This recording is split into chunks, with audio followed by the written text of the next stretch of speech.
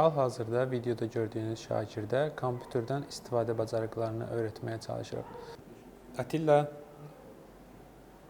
çalışmağa başla.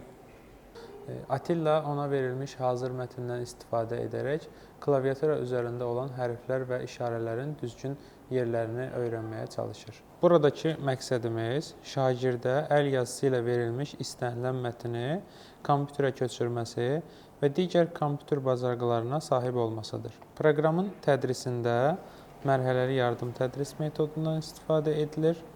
Yəni, şagirdin edə bilmədiyi və ya çətinlik çəkdiyi yerlərdə fiziki ipucu verilir, sərbəst etdiyi mərhələlər isə simvol ilə mükafatlandırılır.